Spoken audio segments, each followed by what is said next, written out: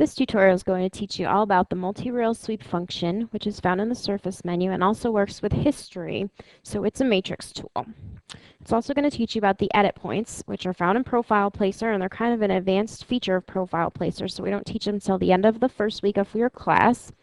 And they only work together with multi-rail sweep, so one relies upon the other for correct usage. Your edit points, you can change them all day, but if you don't use the multi-rail sweep together with them, they make no difference to your design.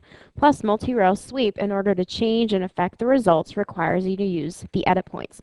So we're going to take a look at both of these features together, and you're going to find powerful new ways to sweep your designs. And even though it's called multi-rail sweep, you can use it on 1, 2, 3, or even 4 rail curves. And you're going to learn how to make 3 and 4 rail curves when you come to advanced class. But now that you know how to place 1 and 2 rail curves, you'll be able to use this anytime you want to make a lot more controlled surfaces, especially when you have complicated profile shapes. So we're going to walk you through this beginning to end. We're going to do it with 2 rail curves, but it definitely works with 1 rail curve as well. To begin, start in the Tools menu and select the ring rail tool. Click the green arrow to place a size 7 ring rail in the viewports. The next step is to add an outside rail. Like I said, we're going to do this multi-rail sweep function with 2 rails, although it's fine on just 1. So we're going to go to the outside rail tool. Click on the rail profile that's currently shown to choose a new one. This opens the library browser and lets you select a new shape. We're going to use the European shank right here. Click that, which populates the rail profile box with the new shape, and remember to click Start in order to see it appear in the viewports. Now it has the handles on it, and you're able to adjust these to whatever thickness you want for the ring you're about to make. Side thickness, top thickness, and bottom thickness. Press Enter to make the handles disappear and to keep the outside shape in the viewports. And let's place these 2 into a job bag. The next step is to add profiles to this rail. And remember, whenever you have an outside ring rail, you always add the profiles to the inside rail. Select the inside rail, press F6, and click on Add Profiles. This will bring you into the Profile Placer, which will also open the profile in your viewports together with the handles. And you can use a combination of either the builder controls or the handles to adjust this profile. However, we're going to use the Select Second rail to assign the height of the profile. You will not be able to assign the height after you choose Select Second rail. It'll always be stuck to that outside rail, which is a good thing. Just don't try to drag the height slider or you might be disappointed. So to get it to adhere to the height of this outside rail that we set, we're going to run Select Second rail. Click on the second rail curve, and it'll always adhere to the size of that second rail curve. Just remember, don't choose a height slider. It won't do anything at all at this point. Size this down to a reasonable width that you like at the bottom of the ring. We're going to make a tapered ring, and we're going to try several different varieties of it so you get different looks. Press Add to add a new one, and click and drag the Position Along Curve slider to place it at the top. Notice that the height is already correct. Choose the width slider and click and drag it to make it wider at the top, and you'll have a pretty tapered shape in the side view. Now, the key to multi-rail sweep and edit points is you usually have, well, in order to make a difference with it, you need to have 2 different shaped profiles. Well, you don't need to, but it works best. You'll get more dramatic differences. And the problem is when you sweep with a normal 2-rail sweep, or even a 1-rail sweep sometimes, between 2 profiles with very, very different shapes, you can sometimes get unattractive twists in the surface. And if you ever see those, you'll need to jump into this multi-rail sweep function. So we want to show you how it works. So for the top profile, we're going to select a pretty different shape from the bottom one. So click your shape handle, or just click on the Edge Profile window, either way you like, to open up the profile browser. And let's come over and find a pretty dramatically different shape. This one actually bends outward a little bit. Let's see if that's the right one. There it is. This one tapers outward a little and is going to make a really interesting side profile. So click it to select it, place it in the viewport to make sure you like the width and everything else about it, and press enter to keep it there. We're now going to go into the multi-rail sweep and learn about the edit points in just a second. Multi-rail sweep runs exactly like sweep 2. However, you just need to press enter after selecting both of the rails. So click on sweep multi, which is found in the surface menu. It's going to ask you to select the rail curves. So choose both of the rail curves and press enter. You're allowed to select 1, 2, 3, or 4 rail curves at this point.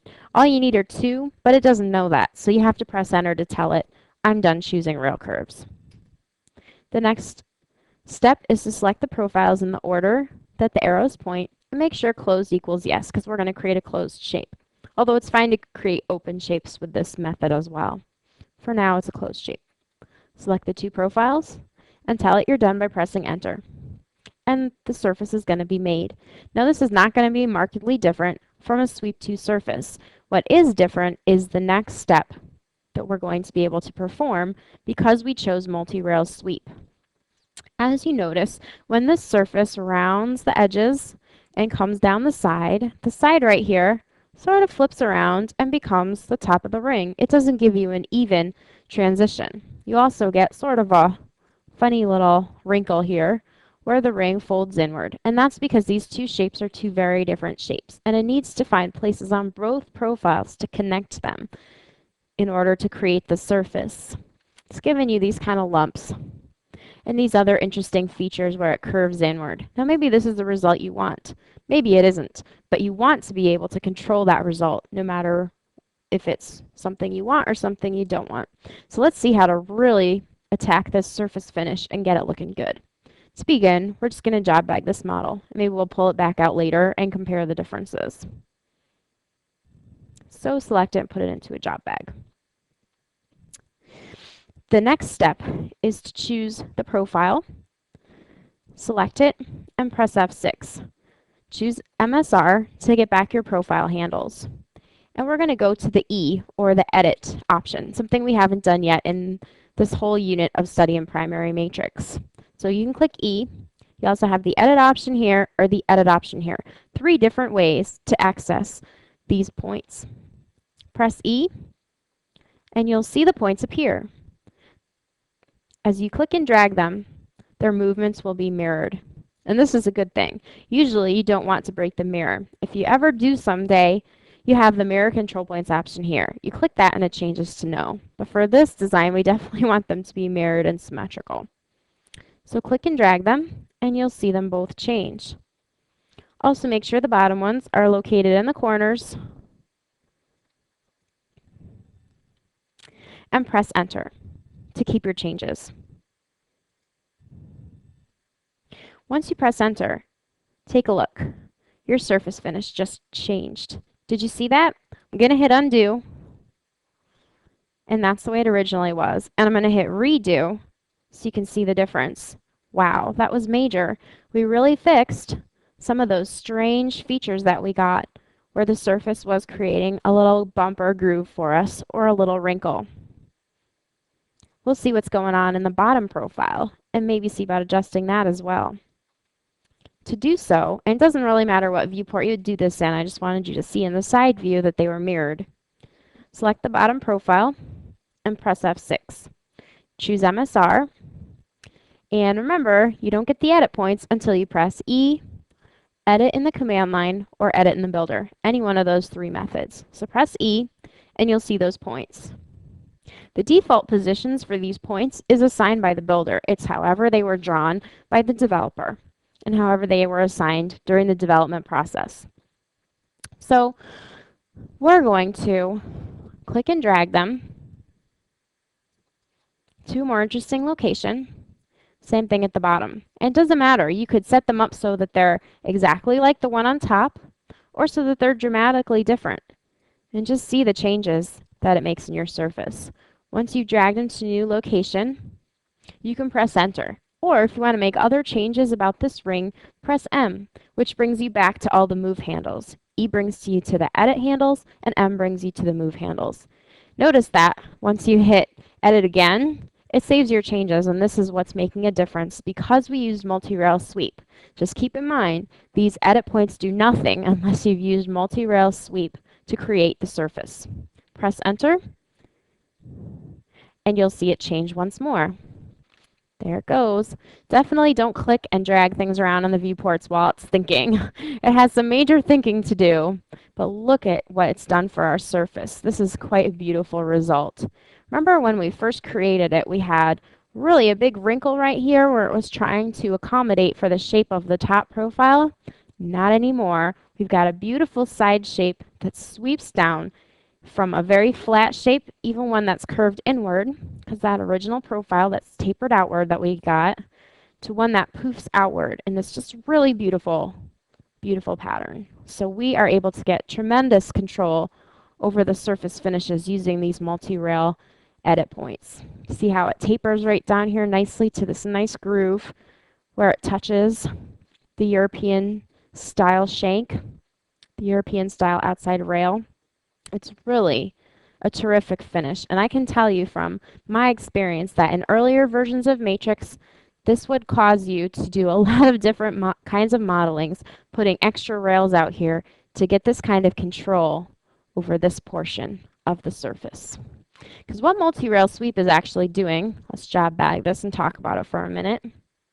Wherever you see the two green points on one profile and the two green edit points on the other profile, it's placing extra rails out there. They're imaginary rails, but it's doing it nonetheless. You can't see them, but inside the mind of the program, it's got extra rails out there. And as you know from your one rail sweep versus your two rail sweep, more rails gives you more control.